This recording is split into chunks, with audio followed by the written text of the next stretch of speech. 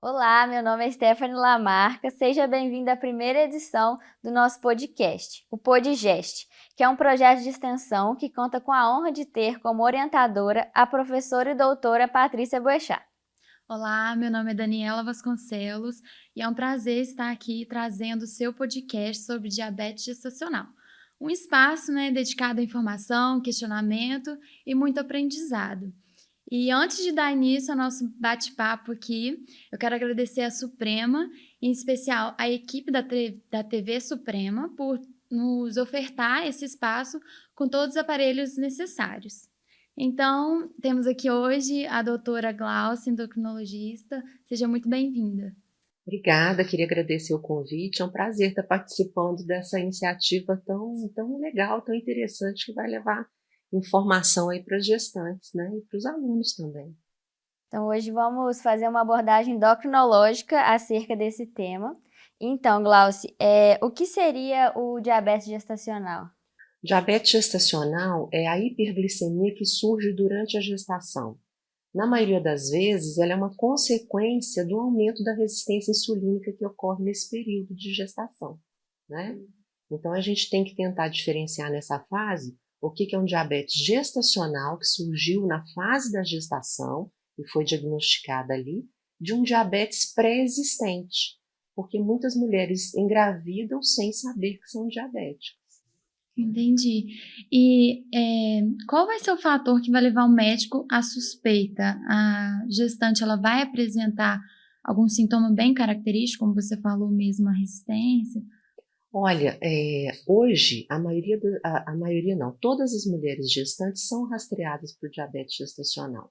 Mas o que deve chamar a atenção do médico para suspeitar do diabetes gestacional? Sinais e sintomas, muitas vezes, eles não existem nessa fase. Mas o que vai chamar a atenção? A idade, hoje as mulheres engravidam mais tarde, então as mulheres acima de 35 anos. A questão do excesso de peso, tanto o sobrepeso quanto a obesidade estão em maior risco para o diabetes gestacional.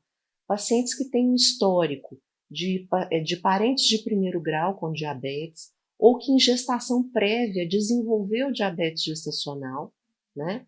A estatura também é um fator de risco, então mulheres abaixo de 1,50 m, mulheres com síndrome de ovário policístico, todas essas pacientes são suspeitas para o diabetes gestacional. E mulheres também que às vezes chegam na gestação e já são hipertensas. Também tem maior risco para desenvolver o diabetes gestacional. Entendi. E como que é feito esse rastreio do diabetes gestacional? Os exames são feitos todos na mãe? Como que é? Olha, o rastreio sim é feito na mãe, né? Então a mulher na primeira consulta de pré-natal, o médico solicita a glicemia, né? E aí essa glicemia, se ela vem abaixo de 92 miligramas por decilitro, ela é considerada normal. Se ela vem acima de 92, mas menor que 126, é considerado um diabetes gestacional. E se ela tem uma glicemia maior que 126, já é considerado uma diabética prévia. Isso quando a primeira consulta de gestação é feita antes de 20 semanas. A paciente que começa a fazer o pré-natal tardiamente, depois das 20 semanas, o que vai acontecer com ela? Ela já vai ser rastreada através do teste de tolerância oral à glicose, com 75 gramas de glicose. E aí ela faz esse teste. O que difere de um paciente fora da gestação? Fora da gestação, esse teste é feito com coleta de glicemia no tempo zero e no tempo 120 minutos após ela tomar 75 gramas de glicose. Na gestante se faz com tempo zero, 1 hora e 2 horas. E aí os valores diferem também um pouquinho da população normal. Então os valores para essa fase da gestação é em jejum, a glicemia abaixo de 92, 1 hora após ela tomar o líquido, esse líquido doce que contém 75 gramas de glicose, que esteja abaixo de 180 miligramas por decilitro, e 2 horas abaixo de 153. Agora, aquela mulher que fez o pré-natal desde o comecinho da gestação, aquela que foi normal, quando fez a primeira glicemia, estava lá com abaixo de 92. Quando ela chega com 24 a 28 semanas de gestação, essa que era normal, ela é novamente rastreada. Aí ela faz o teste de tolerância oral à glicose para avaliar com 24 a 28 semanas se ela continua com a glicemia normal. Entendi. Essa questão das semanas para o rastreio é bem importante, então. Bem importante. Então, assim, quanto antes a mulher suspeitar da gestação e começar a fazer o pré-natal, é melhor, porque o tratamento precoce do diabetes gestacional impacta no desfecho, né, tanto materno quanto fetal, da mãe ou da criança. Glauci, quais são assim os riscos trazidos da diabetes para a gravidez, para esse período assim da gestação? Pois é, durante a gestação, a mulher que desenvolve diabetes gestacional, ela tem um risco maior de aborto, de parto prematuro, de necessidade de fazer uma cesariana em vez de um parto normal. Então, esses são os riscos assim para durante a gestação. Ela também tem maior risco da pré-eclâmpsia, da eclâmpsia, né? Então, esses são os riscos maiores ali durante a gestação. Agora, existem riscos também para o feto após o nascimento, né? E aí a gente tem a hipoglicemia neonatal, a criança ela é mais susceptível à icterícia, a macrosomia, né, que é uma das complicações mais frequentes, distócias de ombro também. Tá? Então tem uma série de complicações aí que o feto também pós-nascimento está susceptível. E hoje até na vida adulta, a gente sabe que esse diabetes gestacional vai repercutir na vida adulta dessa criança. Criança que foi submetida a um ambiente hiperglicêmico já dentro do útero, ela tem maior chance na vida adulta de desenvolver obesidade, hipertensão, diabetes e doença cardiovascular. Né? Então é muito falado, né? Acho que principalmente na pediatria, os primeiros 1000 dias do bebê, né, da criança. E os primeiros 1000 dias começa já na vida intraútero materno. Então isso é importante. E como que são estabelecidas as metas de tratamento no DMG? Quando que vai ser indicado iniciar a insulinização? As metas de tratamento, elas foram baseadas no desfecho materno-fetal. Então foram os níveis glicêmicos que tiveram a menor incidência de complicações maternas e fetais, né, com o menor risco de hipoglicemia. E isso foi estabelecido, isso até mudou os critérios não há muito tempo, né? Mais ou menos em 2010 esses critérios mudaram, apesar que esses critérios não são um consenso mundial, mas são os critérios mais usados.